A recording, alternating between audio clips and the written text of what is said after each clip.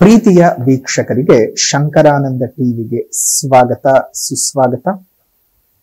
ಇವತ್ತಿನ ವಿಡಿಯೋನಲ್ಲಿ ಯುಗಾದಿ ಹಬ್ಬದ ವರ್ಷ ಭವಿಷ್ಯ ಯಾವ ರೀತಿಯಾಗಿದೆ ಅನ್ನುವಂತಹ ಮಾಹಿತಿಯನ್ನ ತಿಳ್ಕೊಳ್ಳೋಣ. ಅದಕ್ಕಿಂತ ಮುಂಚಿತವಾಗಿ ಯಾರಾದ್ರೂ ಶಂಕರಾನಂದ ಟಿವಿಯನ್ನ ಸಬ್ಸ್ಕ್ರೈಬ್ ಮಾಡ್ಕೊಂಡಿಲ್ಲ ಅಂದ್ರೆ ಸಬ್ಸ್ಕ್ರೈಬ್ ಮಾಡ್ಕೊಳ್ಳಿ. ಇನ್ಸ್ಟಾಗ್ರಾಮ್ ಮತ್ತು ಫೇಸ್ಬುಕ್ ಪೇಜ್ ಅನ್ನ ಫಾಲೋ ಮಾಡ್ತಾ ಇಲ್ಲ ಅಂದ್ರೆ ಫಾಲೋ ಮಾಡಿ. ಅದರಿಂದ ಮುಂದೆ ಅಪ್ಲೋಡ್ ಮಾಡುವಂತಹ ವಿಡಿಯೋಗಳು ಯಥೇಚ್ಛವಾಗಿ ಬಂದು ನಿಮ್ಮ ಅಕೌಂಟ್ ಅನ್ನು ತಲುಪತ್ತೆ, ಹೊಸ ಹೊಸ ಮಾಹಿತಿಗಳನ್ನ ತಿಳ್ಕೊಳ್ಳೋದಕ್ಕೆ ಸಾಧ್ಯವಾಗುತ್ತೆ ಅಂತ ತಿಳಿಸ್ತಾ, ಈ ಒಂದು ಸಮಯದಲ್ಲಿ ತಮ್ಮೆಲ್ಲರಿಗೂ ಸಹ ನಮ್ಮ ಹೊಸ ವರ್ಷವಾದಂತಹ ಶ್ರೀ ವಿಶ್ವಾವಸುನಾಮ ಸಂವತ್ಸರದ ಹಾರ್ದಿಕ ಶುಭಾಶಯಗಳು. ಕೆಲ ದಿನಗಳ ಹಿಂದಷ್ಟೇ ನಾವು ಒಂದು ಕ್ಯಾಲೆಂಡರ್ನ ವಾರ್ಷಿಕ ಭವಿಷ್ಯವನ್ನ ನೋಡಿದ್ದೇವೆ. ಈಗ ನಮ್ಮ ಪಂಚಾಂಗದ ವರ್ಷ ಭವಿಷ್ಯ ಯಾವ ರೀತಿಯಾಗಿದೆ ಅನ್ನೋದನ್ನ ಗಮನಿಸೋಣ. ಆದ್ರೆ ವರ್ಷ ಭವಿಷ್ಯವನ್ನು ಗಮನಿಸೋಕ್ ಮುಂಚೆ ಹಲವು ವಿಚಾರಗಳನ್ನ ನಾವು ತಿಳ್ಕೊಳ್ಳಬೇಕು. ಯಾವ ವರ್ಷ, ಯಾವ ವಾರ ಪ್ರಾರಂಭವಾಗ್ತಾ ಇದೆ, ಅದರ ಒಂದು ಸ್ಥಿತಿಗತಿಗಳೇನು, ಅದರಿಂದ ಯಾವ್ಯಾವ ರೀತಿಯಾಗಿ ನಮಗೆ ಒಂದು ತೊಂದರೆ ತಾಪತ್ರಗಳು ಆಗಬಹುದು ಅಥವಾ ಒಳಿತಾಗಬಹುದು ಅನ್ನೋದನ್ನ ಮೊದಲನೇದ ಗಮನಿಸ್ಕೊಳ್ಳೋಣ. 30ನೇ ತಾರೀಕು 3ನೇ ತಿಂಗಳು ಭಾನುವಾರದ ದಿವಸ ನಮಗೆ ಶ್ರೀ ಕ್ರೋಧಿನಾಮ ಸಂವತ್ಸರವು ಮುಗಿದು ಶ್ರೀ ವಿಶ್ವಾವಸುನಾಮ ಸಂವತ್ಸರವು ಶುರುವಾಗ್ತಾ ಇದೆ. ಈ ಶುಭ ಸಂದರ್ಭದಲ್ಲಿ ನಮಗೆ ವಸಂತ ನವರಾತ್ರಿಯೂ ಸಹ ಪ್ರಾರಂಭವಾಗುವಂತಹದ್ದು. ವಸಂತ ನವರಾತ್ರಿ ಶುರುವಾಗುತ್ತೆ. ಹೇಗೆ ನಾವು ಶರನ್ನವರಾತ್ರಿ ಮಾಡ್ತೀವಲ್ಲ, ಹಾಗೆ ಈಗಲೂ ಸಹ 9 ದಿವಸಗಳ ಕಾಲ ನಾವು ಮಾಡ್ತಕ್ಕಂತಹದ್ದು ಯಾವ ವಿಚಾರ ಅಂತ ಹೇಳಿದ್ರೆ ನಮಗೆ ವಸಂತ ನವರಾತ್ರಿ. ಆ ವಸಂತ ನವರಾತ್ರಿಯ ಶುಭಾಶಯಗಳು. ಜೊತೆಗೆ ಭಾನುವಾರ ನಮಗೆ ವರ್ಷ ಪ್ರಾರಂಭವಾಗುವುದರಿಂದ ಈ ವರ್ಷದ ರಾಜನಾಗಿರ್ತಾನೆ ರವಿ. ಈ ರವಿ ರಾಜನಾಗಿರೋದ್ರಿಂದ ಏನಾಗತ್ತೆ ಅಂದ್ರೆ ಮಳೆಗಳು ಸ್ವಲ್ಪ ಏನಾಗತ್ತೆ, ಬರಬೇಕಾದ ಪ್ರದೇಶಕ್ಕೆ ಬರದೆ ಬಾರದ ಪ್ರದೇಶಕ್ಕೆ ಬರ್ತಕ್ಕಂಥದ್ದು. ಅಂದ್ರೆ ಎಲ್ಲಿ ಮಳೆ ಸರಿಯಾಗಿ ಆಗತ್ತೆ ನಿರೀಕ್ಷೆ ಇರುತ್ತಲ್ಲ, ಅಲ್ಲಿ ಈ ವರ್ಷ ಆಗೋದಿಲ್ಲ. ಅಯ್ಯೋ ಮಳೆಯೇ ಬರಲ್ಲ, ಬರಗಾಲ ಬರಭೂಮಿ ಅಂತ ಅನಿಸ್ಕೊಂಡ ಜಾಗದಲ್ಲೆಲ್ಲ ಚೆನ್ನಾಗಿ ಮಳೆಗಳಾಗೋಕಂಥದ್ದು ಆಗತ್ತೆ. ಮತ್ತೆ ಈ ಶಸ್ತ್ರಗಳ ಅಗ್ನಿಪೀಡೆ ಮತ್ತು ಅಗ್ನಿ ಭಯಗಳು ಉಂಟಾಗ್ತಕ್ಕಂತಹದ್ದು, ಪ್ರಜೆಗಳಿಗೆ ರಾಜರಿಂದ ತೊಂದರೆಗಳು ಬರ್ತಕ್ಕಂತಹದ್ದು, ಕೆಲ ಅನಿಷ್ಟ ಫಲಗಳು ನಡೆಯುತ್ತೆ. ಅಂದ್ರೆ ಫಾರ್ ಎಕ್ಸಾಂಪಲ್ ಟ್ಯಾಕ್ಸ್ ಜಾಸ್ತಿ ಆಗೋಗುವಂತದ್ದಿರಬಹುದು, ಅಥವಾ ಅವ್ರು ತಗೊಳ್ಳುವಂತಹ ಕೆಲವೊಂದು ರೆವಲ್ಯೂಷನ್ಸ್ ಗಳಿಂದ ಸಾಮಾನ್ಯ ಪ್ರಜೆಯ ಮೇಲೆ ಹೊಡೆತ ಬೀಳ್ತಕ್ಕಂಥದ್ದು, ಯಾವುದೋ ಯೋಜನೆಗಳನ್ನ ಕ್ಯಾನ್ಸಲ್ ಮಾಡೋದ್ರಿಂದ ಅದರಿಂದ ಫಲಾನುಭವಿಗಳಾಗಿದ್ದಂತಹ ಅದೆಷ್ಟೋ ಜನರು ಆ ಒಂದು ಕ್ರಿಯೆಗಳಿಂದ ಏನಾಗತ್ತೆ, ಆ ಒಂದು ಫಲಾನುಭವಿಗಳಿಂದ ಆಚೆ ಬರಬೇಕಾಗತ್ತೆ. ಅದರಿಂದ ಒಂದಷ್ಟು ಜನರು ಪಾಪ ತೊಂದರೆ ಅನುಭವಿಸ್ತಾರಲ್ಲ. ಈ ರೀತಿಯಾಗಿ ರಾಜನಾದಂತಹ ರವಿಯ ಪ್ರಭಾವದಿಂದ ಈ ರೀತಿಯಾಗಿ ಆಗತ್ತೆ. ಇನ್ನು ಚಂದ್ರನು ಈ ಒಂದು ಸಂವತ್ಸರಕ್ಕೆ ಮಂತ್ರಿಯಾಗಿರ್ತಾನೆ, ಮಂತ್ರಿಮಂಡಲದ ಅಧಿಪತಿಯಾಗಿರ್ತಾನೆ. ಸಸ್ಯಗಳು ಚೆನ್ನಾಗಿ ಫಲವನ್ನ ಕೊಡುತ್ತದೆ. ಜೊತೆಗೆ ಆರೋಗ್ಯದಲ್ಲಿ ಮತ್ತು ತುಂಬಾ ದೊಡ್ಡ ಭೀಕರ ಕಾಯಿಲೆಗಳು ಬರುವಂತಹ ಯಾವುದೇ ಸೂಚನೆಗಳಿಲ್ಲ. ಜೊತೆಗೆ ರಾಜನಿಗಿಂತ ಮಂತ್ರಿಯ ಆಡಳಿತಗಳು ಜಾಸ್ತಿ ಆಗತ್ತೆ ಹಲವು ಭಾಗಗಳಲ್ಲಿ. ಅಂದ್ರೆ ಅವನ್ ರಾಜನಾಗಿರ್ತಾನಷ್ಟೇ, ಅಂದ್ರೆ ಮಂತ್ರಿಯೋ ಇನ್ನೇಂದೇನೋ ಆಗಿರ್ತಾನೆ, ಆದ್ರೆ ಆ ಸಂಪೂರ್ಣ ಆಡಳಿತವನ್ನೆಲ್ಲ ಬೇರೆಯವರು ಹ್ಯಾಂಡಲ್ ಮಾಡ್ತಿರ್ತಾರೆ ಹಲವು ಭಾಗಗಳಲ್ಲಿ. ಆ ರೀತಿಯಾಗಿ ಆಗತ್ತೆ. ಇನ್ನು ಸೇನಾಧಿಪತಿ ರವಿಯೇ ಆಗಿದ್ದಾನೆ. ಮೇಘಗಳು ನಾನು ಆಗ್ಲೇ ಹೇಳಿದ ಹಾಗೆ ಗಾಳಿಯಿಂದ ಚದುರಿಸಲ್ಪಡತ್ತೆ. ಅಂದ್ರೆ ಗಾಳಿ ಬೀಸುವುದರ ಅಧಿಕವಾದ ಗಾಳಿಯ ಒತ್ತಡಗಳು ಜಾಸ್ತಿ ಆಗಿ ಹೋಗ್ಬಿಡತ್ತೆ. ಬೇಕಾದ ಕಡೆ ಸರಿಯಾದ ರೀತಿಯಲ್ಲಿ ಒಂದು ಮಳೆಗಳು ಬರೋದಿಲ್ಲ. ಇನ್ನು ರವಿಯೇ ಈ ಒಂದು ಸೇನಾಧಿಪತಿ ಆಗಿರೋದ್ರಿಂದ ಅಕಾಲಿಕ ಯುದ್ಧಗಳನ್ನ ಕೊಟ್ಟು ಬಿಡ್ತಾನೆ. ನಮ್ಮ ದೇಶದಲ್ಲೇ ಆಗಬೇಕು ಅಂತ ಏನಿಲ್ಲ, ಯಾವುದೇ ದೇಶದಲ್ಲಿ ಬೇಕಾದ್ರೂ ಆಗತ್ತೆ. ಸೊ ಅದೊಂದು ನೆಗೆಟಿವ್ ಪರಿಣಾಮಗಳು ಇರ್ತಕ್ಕಂಥದ್ದು. ಭೂಮಿನಲ್ಲಿ ಕೆಂಪು ಬಣ್ಣದ ಧಾನ್ಯಗಳು ಉತ್ತಮವಾದ ಫಲವನ್ನ ಕೊಡ್ತಕ್ಕಂತಹ ವರ್ಷವಾಗಿರುತ್ತೆ. ಇನ್ನು ಸಸ್ಯಾಧಿಪತಿ, ಸಸ್ಯಗಳು ಚೆನ್ನಾಗಿರ್ಬೇಕು, ಪರಿಸರ ಚೆನ್ನಾಗಿರ್ಬೇಕು, ಆಗ ಮಾತ್ರ ಮನುಷ್ಯ ಒಂದಿಷ್ಟು ನೆಟ್ಟೊಸರು ಬಿಡೋದಕ್ಕೆ ಸಾಧ್ಯ.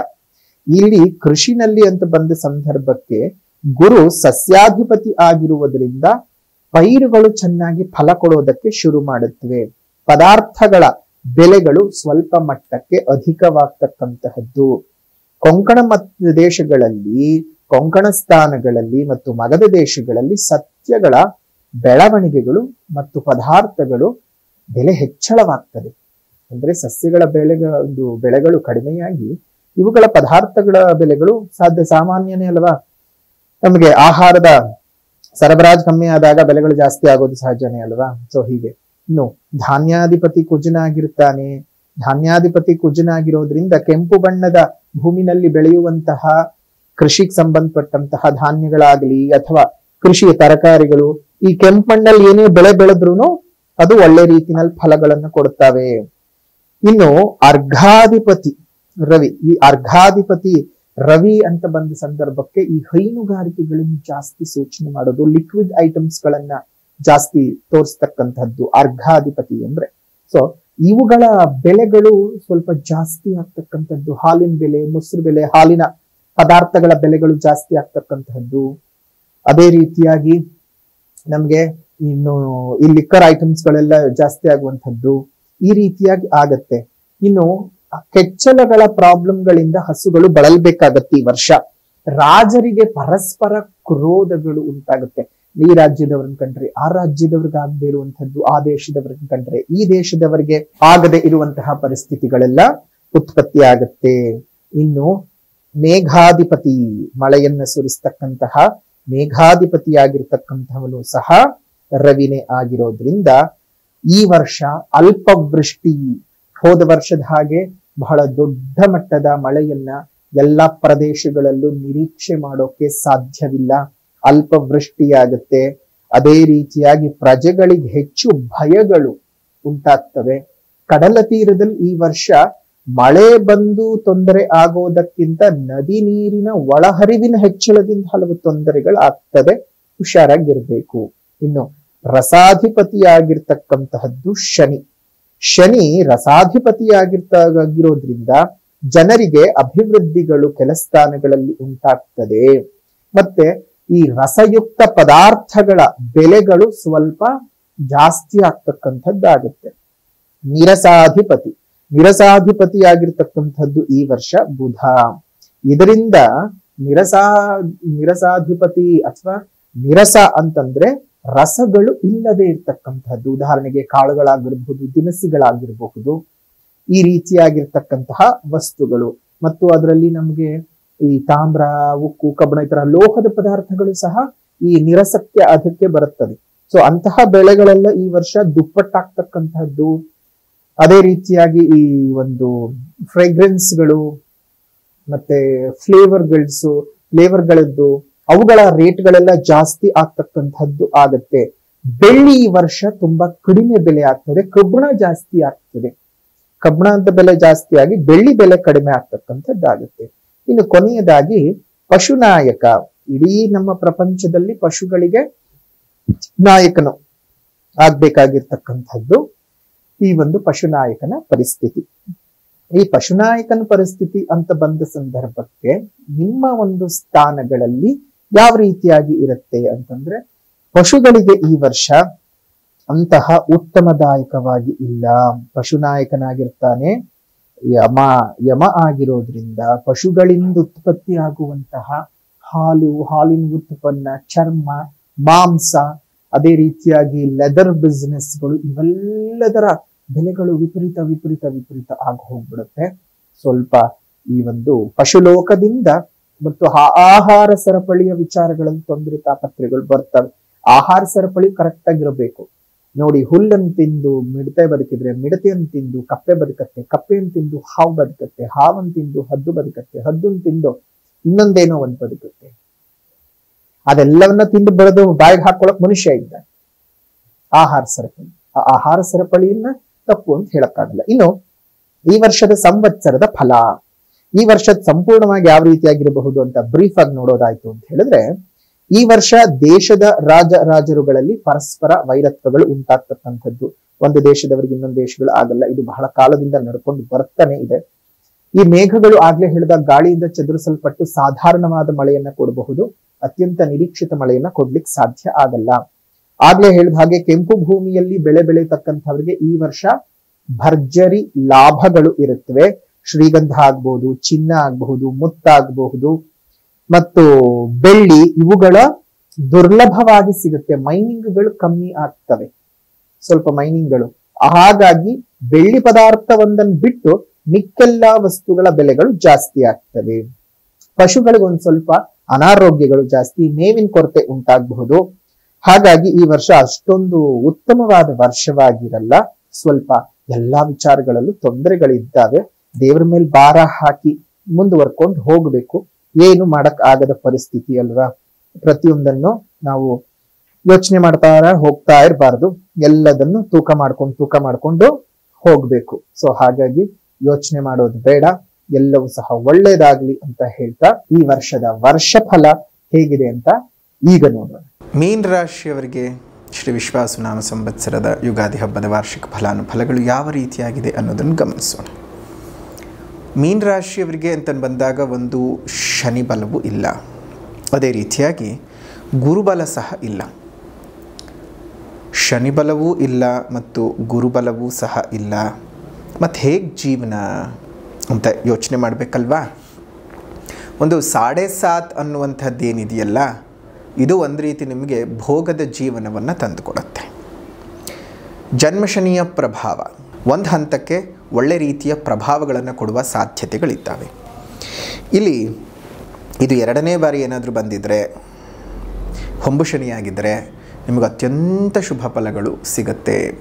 ಇನ್ನು ನಿಮ್ಮ ಜಾತಕದ ಅಷ್ಟಕ ವರ್ಗದಲ್ಲಿ ಶನಿಯ ಸಂಚಾರದ ಸ್ಥಾನಗಳಲ್ಲಿ 4 ಅಥವಾ ಅದಕ್ಕಿಂತ ಹೆಚ್ಚಿನ ಬಿಂದುಗಳನ್ನು ಹೊಂದಿದ್ರೂ ಸಹ ನಿಮಗೆ ಈ 7.5 ಜನ್ಮಶನಿಯ ಪ್ರಭಾವ ಒಳ್ಳೆಯ ಯೋಗ ಫಲಗಳನ್ನು ತಂದುಕೊಡುತ್ತೆ. ಇನ್ನು ನಿಮ್ಮ ಜಾತಕದ ಲಗ್ನಾನುಸಾರ ಶನಿ ಏನಾದರೂ ಯೋಗಕಾರಕನಾಗಿದ್ದು ಯೋಗ ಕೊಡ್ತಕ್ಕಂತಹ ಸ್ಥಳಗಳಲ್ಲಿ ಇದ್ದರೆ ಅದೂ ಸಹ ನಿಮಗೆ ಯೋಗವನ್ನು ತಂದುಕೊಡುತ್ತೆ. ಹಾಗಾಗಿ 7.5 ಬಗ್ಗೆ ಯೋಚನೆ ಬೇಡ. ಈ 4ನೇ ಮನೆಗೆ ಗುರು ಹೋಗ್ತಾ ಇದ್ದಾನೆ. ಗುರುಬಲ ಸಹ ಅಂತಹ ಗುರುಬಲ ಸಹ ಏನು ಇರೋದಿಲ್ಲ. ಆದರೆ ಗುರುವಿನ ವೀಕ್ಷಣೆಗಳನ್ನು ನಾವು ನೋಡಿದ ಸಂದರ್ಭದಲ್ಲಿ ಗುರು ನಿಮ್ಮ ರಾಶಿಯಿಂದ 4ನೇ ಮನೆಗೆ ಬಂದು ಮೀನ ರಾಶಿಯ ಆ 8ನೇ ಮನೆ ದೃಷ್ಟಿಯ ಮೇಲೆ, ಅದೇ ರೀತಿಯಾಗಿ 10ನೇ ಮನೆ ಮೇಲೆ, 12ನೇ ಮನೆ ಮೇಲೆ ಗುರುವಿನ ದೃಷ್ಟಿಯು ಬೀಳ್ತದೆ. ಮೊದಲನೇದಾಗಿ 8ನೇ ಮನೆಯ ಮೇಲೆ ದೃಷ್ಟಿ ಬೀಳೋದ್ರಿಂದಾಗಿ ನಿಮಗೆ ಒಂದು ಸ್ವಲ್ಪ ಆರೋಗ್ಯ ಚೇತರಿಕೆಗಳು ಕಂಡುಬರುತ್ತೆ. ಆರೋಗ್ಯದಲ್ಲಿ ನಿಮಗೆ ಇದ್ದಂತಹ ಒಂದು ತಾಪತ್ರೆಗಳು ನಿವಾರಣೆ ಆಗ್ತಕ್ಕಂತಹದ್ದು. ಅದೇ ರೀತಿಯಾಗಿ ನಿಮ್ಗೆ 10ನೇ ಮನೆ ಮೇಲೆ ದೃಷ್ಟಿ ಬೀಳೋದ್ರಿಂದ ಗುರುವಿನ ದೃಷ್ಟಿಯು ಕೆಲಸ ಕಾರ್ಯಗಳಲ್ಲಿ ಪ್ರಗತಿ ಉಂಟಾಗುವಂತಹದ್ದು. ತುಂಬ ದಿವಸಗಳಿಂದ ಅಲೆದಾಟಗಳು, ಕೆಲಸ ಕಾರ್ಯಗಳು ಸರಿಯಾಗಿ ಆಗ್ತಾ ಇಲ್ಲ, ಎಲ್ಲದರಲ್ಲೂ ತಾಪತ್ರೆಯ ಉಂಟಾಗ್ತಾ ಇದೆ ಅಂತ ಯೋಚನೆ ಮಾಡ್ತಾ ಇದ್ದಂಥವ್ರಿಗೆ ಅದರಿಂದ ಒಂದಷ್ಟು ಅನುಕೂಲತೆಗಳು ಸಿಗುತ್ತವೆ. ವಿಚಾರ ವಿನಿಮಯಗಳು ನಿಮಗೆ ತುಂಬಾ ಚೆನ್ನಾಗಿ ಆಗತ್ತೆ. 12ನೇ ಮನೆ ಮೇಲೆ ದೃಷ್ಟಿ ಬೀಳೋದ್ರಿಂದ ವ್ಯಯಕ್ಕೆ ಸಂಬಂಧಪಟ್ಟ ಹಾಗೆ ಶುಭ ವ್ಯಯಗಳು ಆಗ್ತಕ್ಕಂಥದ್ದು. ಅಂದರೆ ಏನೋ ಒಂದು ವಸ್ತುಗಳನ್ನು ಖರೀದಿ ಮಾಡೋದು, ಜಮೀನುಗಳನ್ನು ಖರೀದಿ ಮಾಡೋದು, ನಿಮ್ಮ ಇಚ್ಛೆಯ ಅನುಸಾರವಾಗಿರ್ತಕ್ಕಂಥ ಭೂಮಿಗಳನ್ನು, ಫ್ಲ್ಯಾಟ್ಗಳನ್ನು, ಪ್ಲಾಟ್ಗಳನ್ನು ಖರೀದಿ ಮಾಡ್ತಕ್ಕಂಥದ್ದು, ತುಂಬ ದಿವಸದಿಂದ ಸ್ಟ್ರಕ್ ಆಗಿದ್ದಂತಹ ಕೆಲಸ ಕಾರ್ಯಗಳು ಮುಂದಕ್ಕೆ ಹೋಗ್ತಕ್ಕಂಥದ್ದು. ಜೊತೆ ಗುರುವು 12ನೇ ಮನೆ ಮೇಲೆ ವೀಕ್ಷಣೆಯನ್ನು, ತನ್ನ ದೃಷ್ಟಿಯನ್ನು ಕೊಡೋದ್ರಿಂದ ನಿಮಗೆ ಧರ್ಮ ಕಾರ್ಯಗಳಲ್ಲಿ ಆಸಕ್ತಿ, ಆಧ್ಯಾತ್ಮಿಕ ಅನುಭೂತಿಗಳು, ಆಧ್ಯಾತ್ಮಿಕ ಅನುಭವಗಳು ಜಾಸ್ತಿ ಆಗುತ್ತೆ. ಮೊದಲೇ ಗುರುವಿನ ತತ್ವ ಇರತಕ್ಕಂಥವರು, ಗುರುವಿನ ರಾಶಿಯೇ ಹೌದು. ಅಂಥದ್ರಲ್ಲಿ ಎಲ್ಲ ವಿಧದಲ್ಲೂ ಸಹ ನೀವು ಧಾರ್ಮಿಕವಾಗಿ ನಡ್ಕೊಳ್ಳೋದಕ್ಕೆ ಶುರು ಮಾಡ್ತೀರಿ. ಧಾರ್ಮಿಕ ಚಿಂತನೆಗಳು ನಿಮ್ಮಲ್ಲಿ ಬಂದ್ಬಿಡುತ್ತೆ. ಹಲವಾರು ವಿಧಾನದಲ್ಲಿ ತೀರ್ಥಕ್ಷೇತ್ರಗಳನ್ನು ನೀವು ಭೇಟಿ ಮಾಡೋದಾಗುತ್ತೆ. ಪುಣ್ಯಕ್ಷೇತ್ರಗಳ ದರ್ಶನಗಳು ಆಗುತ್ತೆ. ಗಣ್ಯ ವ್ಯಕ್ತಿಗಳ ಭೇಟಿ ಆಗ್ತಕ್ಕಂಥದ್ದು. ಹೆಂಡತಿ ಮಕ್ಕಳ ನಡುವೆ ಇದ್ದಂತಹ ಸಮಸ್ಯೆಗಳೆಲ್ಲ ಪರಿಹಾರಗಳಾಗ್ತಕ್ಕಂಥದ್ದು ಆಗತ್ತೆ. ಇನ್ನು ಮೀನರಾಶಿಯವರಿಗೆ ಗುರುವೂ ಬಲವೂ ಇಲ್ಲ, ಶನಿ ಬಲವೂ ಇಲ್ಲದ ಕಾರಣ ಈಗ 14ನೇ ತಾರೀಕು ಮೇ ಏನು ಗುರುವಿನ ಸ್ಥಾನ ಪರಿವರ್ತನೆ ಆಗ್ತಾ ಇದೆ, ಆ ಶುಭ ಸಂದರ್ಭದಲ್ಲಿ ಒಂದು ವಿಶೇಷವಾದಂತಹ ಗುರು ಮಹಾಯಾಗವನ್ನು ಮಾಡ್ತಾ ಇದ್ದೇವೆ. ನಿಮ್ಮ ಹೆಸರಿನಲ್ಲಿ ಒಂದು ಪೂಜೆಯನ್ನು ಮಾಡಿಸಿ ಗುರುವಿನ ಶ್ರೀರಕ್ಷೆ ಇರತಕ್ಕಂತಹ ರಕ್ಷಾ ಪ್ರಸಾದವನ್ನು ಮತ್ತು ಅಕ್ಷತೆ ಪ್ರಸಾದವನ್ನು ಕೊಡ್ತೀವಿ. ಅದನ್ನು ನೀವು ಏನು ಮಾಡಬೇಕು ಅಂತ ಹೇಳಿದ್ರೆ, ರಕ್ಷೆಯನ್ನು ಕೈ ಕಟ್ಕೊಳ್ಬೇಕು. ಅದೇ ರೀತಿಯಾಗಿ ಒಂದು ಅಕ್ಷತೆ ಪ್ರಸಾದವನ್ನು ನೀವು ಪ್ರತಿನಿತ್ಯ ನಿಮ್ಮ ದೇವರ ಮನೆಯಲ್ಲಿಟ್ಟು ಅದಕ್ಕೆ ನಮಸ್ಕಾರಗಳನ್ನು ಪೂಜೆಗಳನ್ನು ಮಾಡ್ತಾ ಹೋಗೋದ್ರಿಂದ ಗುರುವಿನ ಶ್ರೀರಕ್ಷೆ ಸಿಗುತ್ತೆ. ಶುಭ ಕಾರ್ಯಗಳು ನಡೆಯೋದಕ್ಕೆ ಪ್ರಾರಂಭವಾಗುತ್ತೆ ನಿಮ್ಮ ಬದುಕಿನಲ್ಲಿ. ಮೀನ ರಾಶಿನಲ್ಲಿ ಹುಟ್ಟಿರ್ತಕ್ಕಂಥವ್ರಿಗೆ ಬಹಳ ದಿಢೀರಂತ ಎಲ್ಲರನ್ನ ನಂಬ್ಕೊಂಡ್ಬಿಡ್ತೀರಿ. ನಂಬಕ್ಕೆ ಹೋಗಬೇಡಿ. ಏನಾಗುತ್ತೆ ಅಂತ ಹೇಳಿದ್ರೆ ಮೀನ ರಾಶಿಯವ್ರ ಬದುಕೇ ಒಂದು ರೀತಿ ಅಸ್ಥಿರ, ಎಲ್ಲರ ಬದುಕು ಅಸ್ಥಿರವೇ. ಆದರೆ ಮೀನ ರಾಶಿಯವರು ಬೇರೆಯವರ ಜೀವನಕ್ಕೆ ಕೊಡ್ತಕ್ಕಂತಹ ಸಲಹೆಗಳು, ಬೇರೆಯವರ ಜೀವನದಲ್ಲಿ ಮಾಡ್ತಕ್ಕಂತಹ ಉಪಕಾರಗಳು, ಬೇರೆಯವರಿಗೋಸ್ಕರ ಏನೋ ಒಂದು ರೀತಿ ಒಳ್ಳೆ ರೀತಿಯಲ್ಲಿ ನಡ್ಕೊಳ್ತಕ್ಕಂತಹ ಒಂದು ಭಾವಗಳು, ಅದೆಲ್ಲವನ್ನು ನೋಡಿದ ಸಂದರ್ಭದಲ್ಲಿ ಇವರು ಬೇರೆಯವ್ರಿಗೆ ಚೆನ್ನಾಗಿ ಮಾಡ್ತಾ ಇರ್ತಾರೆ. ಇವ್ರನ್ನ ಯಾರೂ ಕೇಳೋರ್ ಗತಿ ಇರಲ್ಲ. ತಿಂದ್ಯಾ ಬಿಟ್ಟ್ಯಾ ಅಂತ ಬೇರೆಯವ್ರಿಗೆ ಚೆನ್ನಾಗಿ ನೋಡ್ಕೊಳ್ತಿರ್ತಾರೆ. ಆದರೆ ಇವರನ್ನು ತಿಂದ್ಯಾ ಅಂತ ಕೇಳೋಕ್ಕೂ ಯಾರೂ ಇರೋಲ್ಲ. ಬೇರೆಯವರಿಗೆ ಭಕ್ಷ್ಯ ಭೋಜನಗಳು ವಿವಿಧವಾದಂಥದ್ದೆಲ್ಲ ಇವರೇ ಮಾಡಿ ಬಡಿಸ್ತಾರೆ. ಆದರೆ ಇವ್ರಿಗೆ ಮಾಡಿ ಬಡಿಸೋದಕ್ಕೊಬ್ಬರು ಇರೋಲ್ಲ. ಹೀಗೆ ಒಂದಲ್ಲ ಒಂದು ತಾಪತ್ರಯಗಳು, ಒಂದಲ್ಲ ಒಂದು ನೋವು ಇದ್ದೇ ಇರುತ್ತೆ. ಏನು ಮಾಡೋದು? ಬೇರೆಯವರ ಕಣ್ಣೀರನ್ನು ಒರೆಸುವಂತಹ ಕೈಗಳಿಗೆ ಯಾವಾಗಲೂ ಬೇರೆಯವ್ರ ಕಣ್ಣಿಗೆ ಹೋಗ್ತಿರುತ್ತೆ. ಇವ್ರ ಕಣ್ಣಲ್ಲಿ ಧಾಳಾಕಾರ ಉರಿತಾ ಇರುತ್ತೆ. ಏನು ಮಾಡ್ತೀರಿ? ಬದುಕೆ ಹಾಗೆ. ನಿಮ್ಮ ಕೈಗಳು ಬೇರೆಗಳ ಕಣ್ಣತ್ರ ಹೋಗಿದ್ದಾಗ ನಿಮ್ಮ ಕಣ್ಣುಗಳನ್ನು ನೋಡ್ಕೊಳ್ಳೋರು ಯಾರು? ಭಗವಂತ 2 ಕೈ ಕೊಟ್ಟಿದ್ರು. ಮೀನ ರಾಶಿಯವ್ರು ಯಾವಾಗಲೂ ಬೇರೆಯವ್ರಿಗೆ ಮಾಡ್ತಾನೇ ಇರ್ತೀರಿ. ಎಷ್ಟು ಹೇಳಿದ್ರೂ ಬುದ್ಧಿ ಬರಲ್ಲ. ನಿಮ್ಮ ಜೀವನ ಒಂದು ಸ್ವಲ್ಪ ನೋಡ್ಕೊಳ್ಳಿ. ನಿಮ್ಮ ಬದುಕನ್ನು ನೋಡ್ಕೊಳ್ಳಿ. ನಿಮ್ಮ ಜೀವನಕ್ಕೆ ಏನೇನು ಆಗಬೇಕಾಗಿದೆ ನೋಡ್ಕೊಳ್ಳಿ. ಅದನ್ನ ಬಗ್ಗೆ ಮಾತ್ರ ಯಾರೂ ತಲೆ ಕೆಡಿಸ್ಕೊಳ್ಳೋಕೆ ಹೋಗೋದೇ ಇಲ್ಲ ಅಲ್ವಾ? ಮೊದಲು ಜೀವನದಲ್ಲಿ ನಿಮ್ಮ ಬದುಕಿನಲ್ಲಿರ್ತಕ್ಕಂಥದ್ದನ್ನು ನೀವು ಯೋಚನೆ ಮಾಡಿ. ಸೊ ಇನ್ನು ಈ ಒಂದು ಸಂದರ್ಭದಲ್ಲಿ ಒಂದು ಸ್ವಲ್ಪ ಸಾಲಗಳನ್ನು ಮಾಡ್ಕೊಳ್ತೀರಿ. ಶುಭ ರೀತಿಯ ಒಂದು ಶುಭ ಕಾರ್ಯಗಳಿಗೆ ಸಾಲಗಳನ್ನು ಮಾಡ್ಕೊಳ್ತಕ್ಕಂಥದ್ದು. ನಯವಂಚಕರಿಂದ ಧನ ನಷ್ಟಗಳು ಉಂಟಾಗ್ತದೆ. ಹುಷಾರಾಗಿರಬೇಕು. ಯಾರನ್ನು ನಂಬಿ ಏನೇನೋ ದುಡ್ಡುಗಳು ಕೊಡೋಕ್ಕೂ ಶ್ಯೂರಿಟಿಗಳನ್ನು ಹಾಕೋದು ಆ ರೀತಿಯೆಲ್ಲ ಮಾಡ್ಕೊಳ್ಳೋಕೆ ಹೋಗಬೇಡಿ.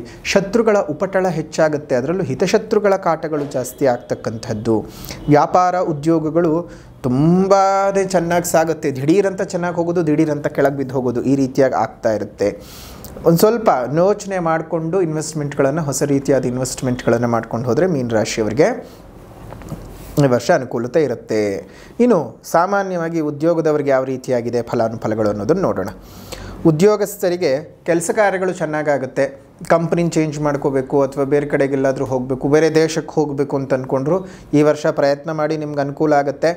ಮೇಲಧಿಕಾರಿಗಳು ನಿಮ್ಮ ಜೊತೆಗೆ ಹೆಚ್ಚಿನ ಪ್ರೀತಿ ವಿಶ್ವಾಸಗಳನ್ನು ನಿಮಗೆ ತೋರಿಸ್ತಾರೆ. ಬಡ್ತಿ ಸಿಗೋದು, ಟ್ರಾನ್ಸ್ಫರ್ಗಳು ಸಿಗೋದು, ಸರ್ಕಾರಿ ಉದ್ಯೋಗಗಳು ಸಿಗ್ತಕ್ಕಂತಹದ್ದು, ಶುಭ ರೀತಿಯಾದ ಯೋಗ ಫಲಗಳು ಉಂಟಾಗ್ತಕ್ಕಂಥದ್ದು ಆಗುತ್ತೆ ಮೀನ ರಾಶಿನಲ್ಲಿ ಹುಟ್ಟಿರ್ತಕ್ಕಂಥವ್ರಿಗೆ. ಏನೇ ಆಗಲಿ ಮೀನ ರಾಶಿಯವರು ಶತ್ರುಗಳ ಬಗ್ಗೆ ಮೊದಲನೇದಾಗಿ ಜಾಗ್ರತೆ ಮಾಡಬೇಕು. ಅಯ್ಯೋ ಅವ್ರೇನೂ ಮಾಡೋಕ್ಕಾಗಲ್ಲ ಅಂತಂದರೆ ಎಲ್ಲ ಮಾಡಿ ಮುಗಿಸಿರ್ತಾರೆ. ಆಮೇಲೆ ಇವ್ರು ಹೀಗೆ ಮಾಡಿದ್ರಾ ನನಗೆ ಅಂತ ನಿಮ್ಗೆ ಯೋಚನೆ ಮಾಡೋಕ್ಕೂ ಸಮಯ ಸಿಗಲ್ಲ, ಹಂಗಾಗ್ಬಿಡತ್ತೆ. ಸೊ ಹುಷಾರಾಗಿರ್ತಕ್ಕಂಥದ್ದು ಒಳ್ಳೆಯದು. ವಿರೋಧಿಗಳ ಬಗ್ಗೆ ತುಂಬ ಎಚ್ಚರಿಕೆ, ಶತ್ರುಗಳ ಬಗ್ಗೆ ತುಂಬ ಎಚ್ಚರಿಕೆಯನ್ನು ಇಟ್ಕೊಳ್ಳಿ. ಇನ್ನು ವ್ಯಾಪಾರಸ್ಥರಿಗೆ ವ್ಯಾಪಾರದಲ್ಲೇನೋ ಉತ್ತಮವಾದ ಧನಲಾಭ ಬರುತ್ತೆ. ಅದೇ ರೀತಿಯಾಗಿ ಖರ್ಚು ಅನ್ನೋ ಭಾರ ಸಹ ನಿಮ್ಮ ತಲೆ ಮೇಲೆ ಇರುತ್ತೆ. ಇನ್ನು ಹಣವನ್ನು ಉಳಿಸಿಕೊಳ್ಳೋಕೆ ಸ್ವಲ್ಪ ಕಷ್ಟ ಈ ವರ್ಷ ನಿಮಗೆ. ಹಣಕಾಸುಗಳು ಅಷ್ಟು ಚೆನ್ನಾಗಿ ಉಳಿತಾಯ ಆಗೋದಿಲ್ಲ. ಸೊ ಒಂದು ಸ್ವಲ್ಪ ಯೋಚನೆ ಮಾಡಿಕೊಂಡು ಮುಂದುವರ್ಕೊಂಡು ಹೋಗೋದು ತುಂಬಾ ಒಳ್ಳೆಯದು. ಮಿತ್ರರು ಸಹ ನಿಮಗೆ ಮೋಸ ಮಾಡುವಂತಹ ಸಾಧ್ಯತೆಗಳು ಈ ವರ್ಷ ಇದೆ. ಇದೇನು ಈ ವರ್ಷ ಅಂತಲ್ಲ, ಮೀನ ರಾಶಿಯವರು ಪ್ರತಿ ಸಲ ಇದೇ ನಡೀತಾನೆ ಇರುತ್ತೆ. ಮಿತ್ರರೇ, ಸಂಬಂಧಿಕರೇ, ಸರೀಕರೇ, ಗೊತ್ತಿರೋರೇ, ಆತ್ಮೀಯರೇ, ಆತ್ಮಸಂಗಾತಿಗಳೇ ಮಾಡ್ತಕ್ಕಂಥದ್ದು. ಸೊ ಹಾಗಾಗಿ ಯೋಚನೆ ಮಾಡೋಕ್ಕೆ ಹೋಗಬೇಡಿ. ಧೈರ್ಯವಾಗಿದ್ದು ಜೀವನನ ಮುಂದುವರಿಸ್ಕೊಂಡು ಹೋಗಿ. ನಿಮ್ಮೆಲ್ಲರಿಗೂ ಸಹ ಒಳ್ಳೆಯದು ಆಗಲಿ ಅಂತ ಹೇಳ್ತಾ, ಈ ಸಂದರ್ಭದಲ್ಲಿ ನಿಮಗೆ ಬೇರೆಯವರ ಮೇಲೆ ಪರಾವಲಂಬನೆಗೊಳ್ಳುವುದು ಬೇಡ. ಯಾರ ಮೇಲೂ ಡಿಪೆಂಡೆನ್ಸಿಯಿಂದ ನಿಮಗೊಂದಷ್ಟು ತೊಂದರೆ ತಾಪತ್ರಗಳು ಬರಬಹುದು. ಯಾರ ಮೇಲೂ ಡಿಪೆಂಡ್ ಆಗೋಕ್ಕೆ ಹೋಗೋದು ಬೇಡ. ಸ್ವಲ್ಪ ತಾಳ್ಮೆಯಾಗಿದ್ದು ಜೀವನ ಮುಂದುವರಿಸ್ಕೊಂಡು ಹೋಗಿ. ವಿದ್ಯಾರ್ಥಿಗಳಿಗೆ ವಿದ್ಯಾ ಜೀವನದಲ್ಲಿ ಯಾವ ರೀತಿಯಾಗಿರುತ್ತೆ ಅಂದರೆ ಸ್ವಲ್ಪ ಕಷ್ಟಪಟ್ಟು ಓದಬೇಕಾಗತ್ತೆ. ಒಟ್ಟಾರೆ ವಿದ್ಯಾ ಭವಿಷ್ಯವು ಸಹ ಅಂತಹ ಡೋಲಾಯಮಾನ ಪರಿಸ್ಥಿತಿ ಏನಿಲ್ಲ. 4ನೇ ಮನೆಗೆ ಗುರು ಹೋಗೋದ್ರಿಂದ, ನಿಮ್ಮ ಜನ್ಮರಾಶಿಯ ಗುರು 4ನೇ ಮನೆಗೆ ಹೋಗೋದ್ರಿಂದ ವಿದ್ಯೆನಲ್ಲಿ ಪ್ರಗತಿಗಳು ಉಂಟಾಗೋದು. ಜೊತೆಗೆ ಉಚ್ಚಾಪೇಕ್ಷಿತನಾಗಿರ್ತಾನೆ.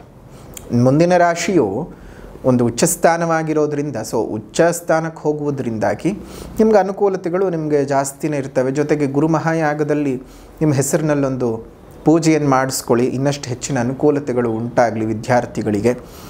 ಅದೇ ರೀತಿಯಾಗಿ ಇನ್ನು ಯುಗಾದಿ ಅಮಾವಾಸ್ಯೆಯ ಸಂದರ್ಭದಲ್ಲಿ ಯುಗಾದಿ ಅಮಾವಾಸ್ಯೆ ಎಂದೇ ಗ್ರಹಣ ಕಾಲವು ಸೂರ್ಯಗ್ರಹಣ ಬೇರೆ ಇರೋದರಿಂದ ಆ ಗ್ರಹಣ ಕಾಲದಲ್ಲಿ ಮಾಡ್ತಕ್ಕಂತಹ ಸರ್ವಕಾರ್ಯ ಸಿದ್ಧಿ ಮೂಲಿಕ ಬೆಳ್ಳಿ ತಾಯ್ತವನ್ನು ನೀವು ಧರಿಸ್ಕೊಳ್ಳಿ.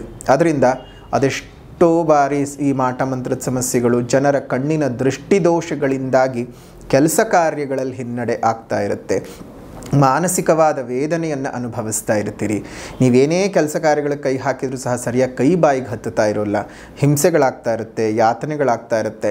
ಸೊ ಹಾಗಾಗಿ ಈ ಒಂದು ಸಂದರ್ಭದಲ್ಲಿ ನೀವು ಏನು ಮಾಡಬೇಕು ಅಂತ ಹೇಳಿದ್ರೆ, ಗ್ರಹಣ ಕಾಲ ನಮಗೆ ಭಾರತಕ್ಕೆ ಗೋಚಾರ ಇಲ್ಲ, ಆದರೆ ನಭೋಮಂಡಲದಲ್ಲಿ ನಡೀತಾ ಇರುತ್ತೆ ಗ್ರಹಣ.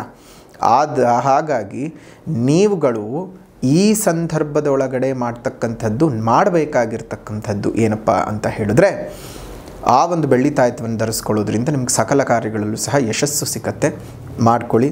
ಇನ್ನು ಶ್ರೀ ವಿಶ್ವಾವಸುನಾಮ ಸಂವತ್ಸರದ ವಿಶೇಷವಾಗಿರ್ತಕ್ಕಂತಹ ಈ ಸಂದರ್ಭದಲ್ಲಿ ನಿಮ್ಮ ವಾರ್ಷಿಕ ಭವಿಷ್ಯದ ಫಲಾನುಫಲಗಳ ಪರಿಹಾರದ ವಿಭಾಗ ಏನು ಅಂದರೆ, ಮೊದಲನೇದಾಗಿ ಸಾಮಾಜಿಕ ಪರಿಹಾರ. ಸಾಮಾಜಿಕ ಪರಿಹಾರ ಅಂತ ಬಂದಾಗ ಸಾಧ್ಯವಾದ ಕಡೆ ಗಿಡಗಳನ್ನು ನೆಟ್ಟು ಪೋಷಣೆ ಮಾಡಿ, ಸ್ವಲ್ಪ ಮರಗಳನ್ನು ಕಾಪಾಡಿಕೊಳ್ಳಿ. ನಿಮ್ಮ ಸುತ್ತಮುತ್ತ ಇರುವಂತಹ ಉದ್ಯಾನವನಗಳಲ್ಲಿ ಒಂದೊಂದು ಹಣ್ಣಿನ ಗಿಡಗಳನ್ನು ಕೊಟ್ಟು ಪೋಷಣೆ ಮಾಡಿಸಿ. ಅದರಿಂದ ನಿಮಗೇ ಮುಂದಿನ ದಿನಮಾನಗಳಲ್ಲಿ ಅದನ್ನು ನೋಡಿದ ಸಂದರ್ಭದಲ್ಲಿ ಎಷ್ಟೋ ಪಕ್ಷಿಗಳು, ಪ್ರಾಣಿಗಳು, ನಮ್ಮ ಮನುಷ್ಯರು ಉತ್ತಮವಾದ ಗಾಳಿ ಸೇವನೆ ಮಾಡ್ತಾ ಇರ್ತಾರೆ, ಅವುಗಳ ಜೀವನ ಚೆನ್ನಾಗಾಗ್ತಾ ಇರುತ್ತೆ. ಅದನ್ನು ನೋಡಿ ನೀವೇ ಸಂತೋಷ ಪಡಬಹುದು. ನಿಮ್ಮ ಮನೆ ಮುಂದೆ ಮತ್ತು ಮೇಲ್ಭಾಗದಲ್ಲಿ ಸಣ್ಣ ಸಣ್ಣ ಕುಂಡಗಳಲ್ಲಿ ನೀರನ್ನು ಇಡಿ. ಈಗ ಹೇಗಿದ್ರೂ ವಸಂತ ಋತು ಪ್ರಾರಂಭವಾಗ್ತದೆ, ಅದೇ ರೀತಿಯಾಗಿ ಬಿಸಿಲಿನ ಝಳ ಬೇರೆ ಶುರುವಾಗ್ತದೆ, ಬೇಸಿಗೆ ಕಾಲ. ನಮಗೆ ಕುಡಿಯೋದಕ್ಕೆ ನೀರಿಗೆ ಭಾರಿ ಕಷ್ಟವಾಗ್ತಾ ಇರುತ್ತೆ, ಅಂಥದ್ರಲ್ಲಿ ಪ್ರಾಣಿಗಳಿಗೆ ಎಷ್ಟು ಕಷ್ಟ ಆಗುತ್ತೆ ಅಲ್ವಾ. ಹಾಗಾಗಿ ನಿಮ್ಮ ಮನೆ ಮುಂದೆ ಮತ್ತು ಮೇಲ್ಭಾಗದಲ್ಲಿ ಸಣ್ಣ ಸಣ್ಣ ಕುಂಡಗಳಲ್ಲಿ ನೀರನ್ನು ಇಡ್ತಾ ಬನ್ನಿ. ಅದರಿಂದ ಎಷ್ಟೋ ಜೀವಜಂತುಗಳಿಗೆ ನೀವು ಕೊಡುವಂತಹ ಒಂದು ಹನಿಯ ನೀರು ಅವುಗಳ ಪ್ರಾಣವನ್ನು ಉಳಿಸ್ಕೊಳ್ಳೋದಕ್ಕೆ ಸಹಾಯವಾಗುತ್ತೆ.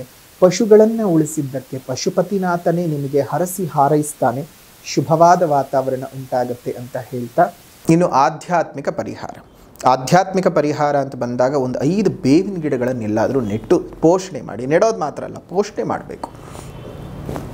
ಅದರ ಜೊತೆಗೆ ಪೂರ್ವಾಭಿಮುಖವಾಗಿ ಕೂತ್ಕೊಂಡು ಪ್ರತಿನಿತ್ಯ ಮುಂಜಾನೆ 4ರಿಂದ 5 ಗಂಟೆ ಒಳಗೆ ಲಲಿತಾ ಸಹಸ್ರನಾಮದ ಪಠಣ ಮಾಡಿ, ಅಥವಾ ಲಲಿತಾ ತ್ರಿಶತಿಯನ್ನು ಪಠಣ ಮಾಡಿ. ತ್ರಿಶತಿಯನ್ನು ಉಪದೇಶ ಮಾಡಿಸ್ಕೊಂಡು ಮಾಡಬೇಕು. ಲಲಿತಾ ತ್ರಿಶತಿಯ ಪಠಣವನ್ನು ಮಾಡಿ, ಅಥವಾ ಲಲಿತಾ ಸಹಸ್ರನಾಮವನ್ನು ಸರ್ವತ್ರ ಸರ್ವಕಾರ ಎಲ್ಲರೂ ಸಹ ಮಾಡಬಹುದಾಗಿರ್ತಕ್ಕಂಥದ್ದು. ಲಲಿತಾ ಸಹಸ್ರನಾಮದ ಪಠಣ ಮಾಡಿ. ತಮ್ಮೆಲ್ಲರಿಗೂ ಸಹ ಶುಭವಾಗಲಿ, ಮಂಗಳವಾಗಲಿ ಅಂತ ಹೇಳ್ತಾ, ಈ ಒಂದು ಶ್ರೀ ವಿಶ್ವಾವಸುನಾಮ ಸಂವತ್ಸರದ ಯುಗಾದಿ ಹಬ್ಬದ ವಾರ್ಷಿಕ ಫಲಾನುಫಲಗಳು ಮೀನ ರಾಶಿಯವರಿಗೆ ಹೇಗಿದೆ ಅನ್ನುವಂತಹ ವಿಡಿಯೋ ಇದಾಗಿದೆ. ವಿಡಿಯೋ ಇಷ್ಟ ಆಗಿದ್ದರೆ ಲೈಕ್ ಮಾಡಿ, ಶೇರ್ ಮಾಡಿ, ಕಮೆಂಟ್ ಮಾಡಿ. ಮತ್ತೊಂದು ವಿಡಿಯೋನಲ್ಲಿ ಭೇಟಿ ಮಾಡೋಣ. ಅಲ್ಲಿವರೆಗೂ ನಮಸ್ಕಾರ. ಲೋಕಾ ಸಮಸ್ತ ಸುಖಿನೋ ಭವಂತು, ಸಕಲ ಸನ್ಮಂಗಳಾನಿ ಭವಂತು, ಸರ್ವೇ ಜನಾಃ ಸುಖಿನೋ ಭವಂತು, ಸಮಸ್ತ ಸನ್ಮಂಗಳಾನಿ ಭವಂತು.